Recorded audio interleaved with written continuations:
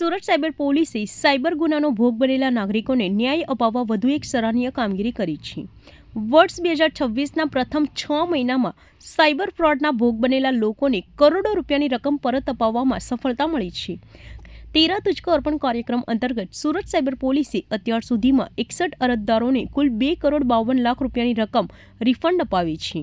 આ પ્રસંગે પોલીસ કમિશનરના હસ્તે પ્રતિકારાત્મક રીતે રિફંડના ચેકનું વિતરણ પણ કરવામાં આવ્યું હતું.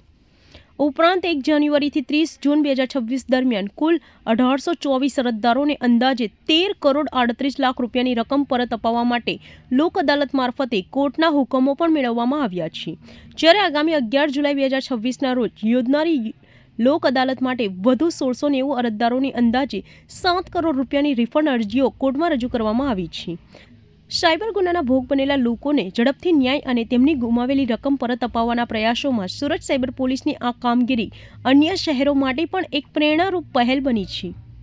આજે તેરા તુજકો અર્પણ આપણા એક પ્રોગ્રામ રાખવામાં આવેલા છે, જેમાં અમારા 61 જેટલા સાયબર ક્રાઇમનો શિકાર થયેલા અમારા પ્રજાજનોના કુલ 2,52 લાખ રૂપિયા ટોટલ રિકવર થયા અને બધા લોકોને પરત જો આપવામાં આવી રહ્યા છે. ત્યારે આજે એક અહીંયા નાનકડા 15 લોકોના એક કાર્યક્રમ રાખવામાં આવેલા છે, જેમાં ઘણા બધા લોકોને જેના 100% રિકવરી થઈ ગઈ છે, મળી ગયા.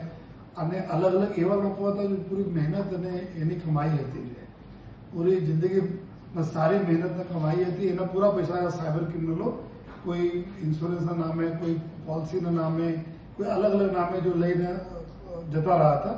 તાત્કાલિક સૌથી સારી વાત એવું છે કે બધા અમારા મેક્સિમમ લોકો 1930 નંબર ઉપર તાત્કાલિક જાણ કરી, જેથી તાત્કાલિક બ્લોક પૈસા બી એકદમ ફ્રીઝ થયા, એકાઉન્ટ ફ્રીઝ થયા. અને પછી જો સુરત શહેર સાયબર ક્રાઇમની જો ટીમ છે, જો ડીસીપી એડિશનલ સીપી કરનાર વગેરે અને તમામ પીઆઈઓના નેતૃત્વ ફટાફટ ટીમો જ્યાં જ્યાં બહાર જવાની જરૂર પડી ત્યાં ગઈ અને ત્યાંથી બધા જો આરોપી બી લઈ ગયા અને રિકવરી બી થઈ. અને આજે બધા લોકોને પરત મળે છે, એનાથી ખુશી કોઈ બાબત નથી. પહેલે એક એવું હતા જો પૈસા ગયા તો પછી બહુ ક્યારે મળશે ક્યારે નહીં મળશે, લેકિન ત્યારે નામદાર કોર્ટમાં બી ખૂબ જ આના ટોપ પ્રિયોરિટી પર રાખવામાં આવે છે અને તાત્કાલિક કોર્ટ સુધી ઓર્ડર થઈ જાય છે કે પૈસા આપણે ફટાફટ આપી દો. અને આ બધાના પૈસા મળે એના માટે આ બધાને ખૂબ ખૂબ અભિનંદન બી. અને સાથોસાથ આપના થકી હું બીજા લોકોને રિક્વેસ્ટ અને અપીલ કરવા માગું છું કે કોઈ પણ પ્રકારથી કોઈ જો ડિજિટલ અરેસ્ટનો મેટર હોય છે, કોઈ એજન્સી નામે તમે ફોન કરે એવા હોતા નથી જોઈએ. ઘણા બધા લુભાવની સ્કીમો નામે કરે, એમાં તમે નહીં ફસાવો.